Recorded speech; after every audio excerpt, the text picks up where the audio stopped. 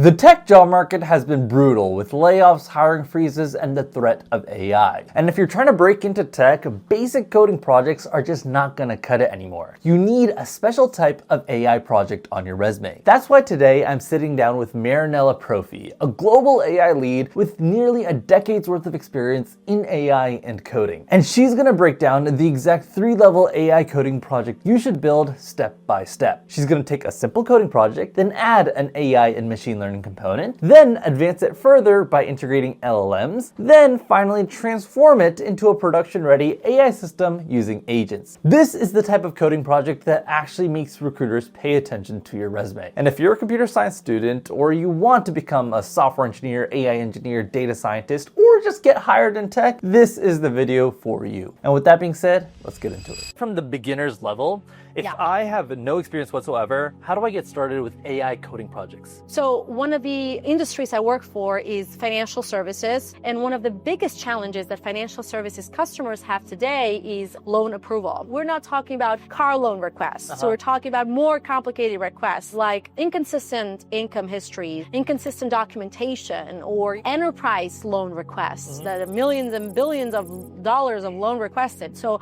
where typically these cases are escalated to humans, right? So loan approval, it's a great example that I would recommend students and people that are looking to start with AI to start from, right? So for example, if you want to approach this, the loan approval use case from like a traditional AI perspective, you would start by collecting your data, right? So understanding where your data are, first of all. So what type of database you need to access, what type of data format you have to deal with. So once you've accessed your data, then you need to do pre-processing and feature engineering for those data to make sure that then they're ready to be used for training models, right? And so, for example, for a loan approval, you can decide to train 2 different algorithms. You might want to use machine learning for sure, because it's better. And 2 algorithms that I love for this use case are random forest and gradient boosting, and they're great. Typically, the gradient boosting works better because it trains decision trees in a sequential way, and then having each tree that learns and improves the previous ones. So it's a great iterative learning, right? Versus the random forest just trains decision tree in parallel. The parallel sequence, what does that do in terms of performance? Typically performs better at gradient boosting, especially when you have a lot of noisy data. You have some loan scenarios with a lot of inconsistent income or inconsistent documentation, missing values. So the gradient boosting does a better job in self-improving. And so since we're talking about sensitive loan cases, that you want to use something that is iterative and kind of self-improving. Gotcha. And so then I develop these projects, use the gradient boosting, for example, and then I assume after that we get performance metrics to, I guess, validate our project. And then you can throw that on your resume. That's beginner level, right? Yeah.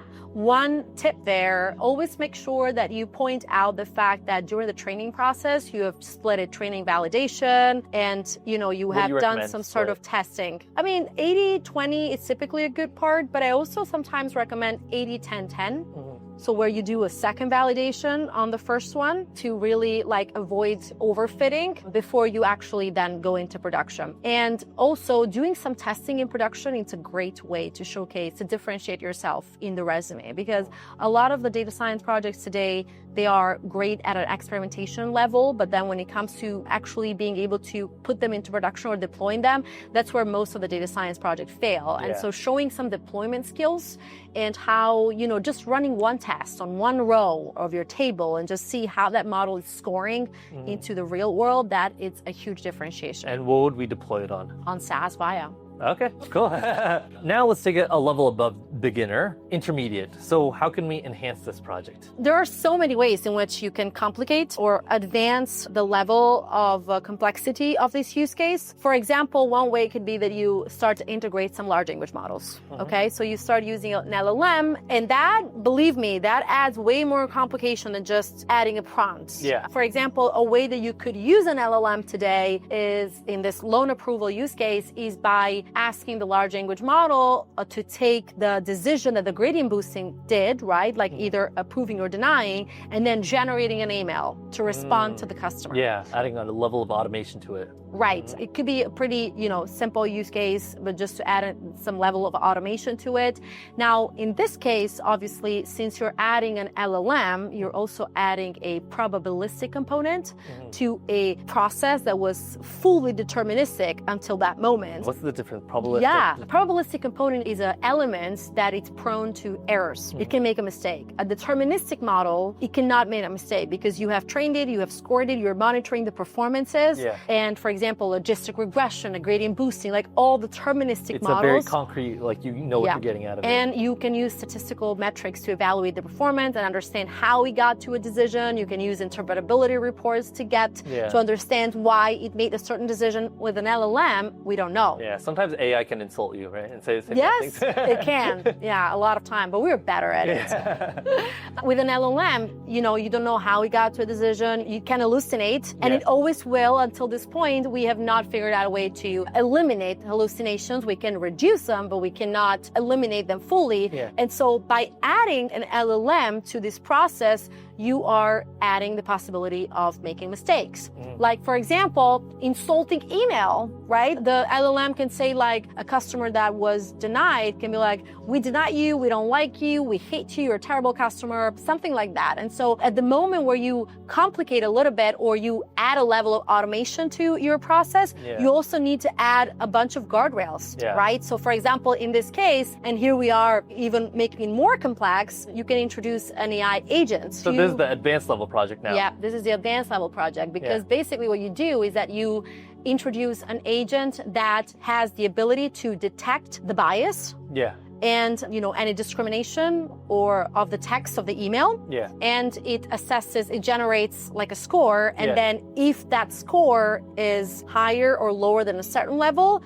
then it acts. The agent acts. So it either like escalates it to a human or it sends it to, and this is a use case that I'm working on right now with a customer. We send it to another tougher agent that reruns the prompt, the email, and it validates it again with even like a more tougher bias detection mechanism. So the agent runs the AI effectively. Yeah, it runs the AI. It runs the bias detection algorithm in that case. And then it generates a score and then makes a decision based on that score, and then it acts on that decision. So it either escalates it to the human, it'd be like, this is offensive, you better take a look at it before you send it to the customer, or it sent it to the customer. But actually, and I'm complicating it even more, instead of sending that email to the customer, hey, Mr. Customer, thank you so much, you've been approved, blah, blah, blah, or sorry, you've been denied, we add another agent that generates a next best offer. Okay. And so that's a whole other world, right? You're adding a marketing department into your agentic workflow because then you're saying, okay, this customer was denied. The agent is saying this customer was denied, but we want to keep them happy because, I don't know, they have a great saving accounts with us or something like that. And so let me recommend the next best offer. And so the agent goes and activates the recommendation engine that recommends a next best offer, and the agent includes that next best offer into the email that then gets sent to the customer. And specifically this project, how do we make it sound impressive for recruiters or job offers out there? It's all about skills, right? AI is going to bring so many new jobs in the market and invent hundreds of new jobs that we cannot even predict. So the future of work is not about jobs, it's about skills. Yeah. And so whatever work that you do as a student, as a developer, just always think about, what skills did I learn? Because that's what recruiters are looking for. And so, for example, in this use case, you learned a skill of integrating automation, skills of data analysis, skills of creating a dashboard for a business users to read and consume this information, or integrating large language models to create a language interface with my complex gradient boosting model, right? So always elevate the conversation to, what skills did I learn from this? Pointing out those specifics. Yeah. Right. And before we leave off, a lot of people are wondering, is AI going to replace developers all across the world? And if not, what advice do you have for people? I think there has never been a better time in history to be a developer, really. We have AI that can help us with a lot of things. I do think that being a developer is going to definitely require new skills.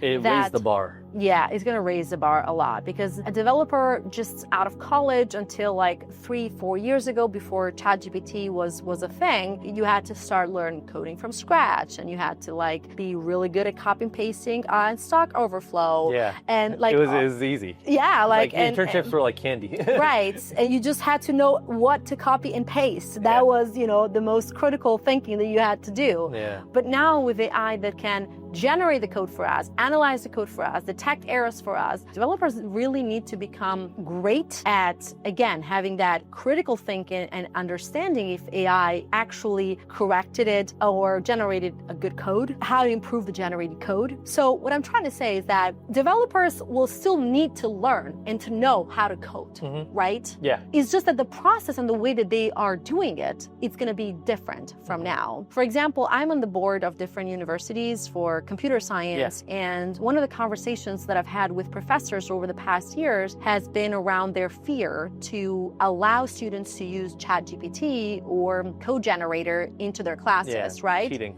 Cheating, right? But my vision, my perspective is that's not cheating. Guys, use ChatGPT.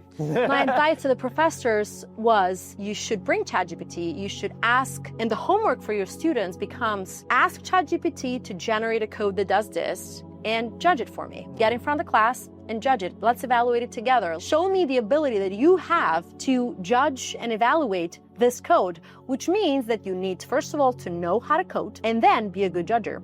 So that's why the bar is being raised. It's not enough to learn to know how to code anymore because AI can do it for us. You need to know that plus to validate that output. I always tell people you got to find how to use AI to create solutions to problems and not just do projects for the sake of projects. That's why I love the project you brought up, because it solves a specific problem that a lot of people have using AI. So you show impressive things and hey, maybe you create a startup out of it. Yeah, I mean, just I'm a shareholder if you do. She gets 50% equity. Exactly. Well, that's about all I have in this video. I really hope that you guys enjoyed it, and if you did, make sure to hit the like button, subscribe if you haven't already. If you're interested in my absolutely free tech newsletter, link for that will be down below in the description. And if you're interested in what software engineers do on a day-to-day basis, you might like this video right here.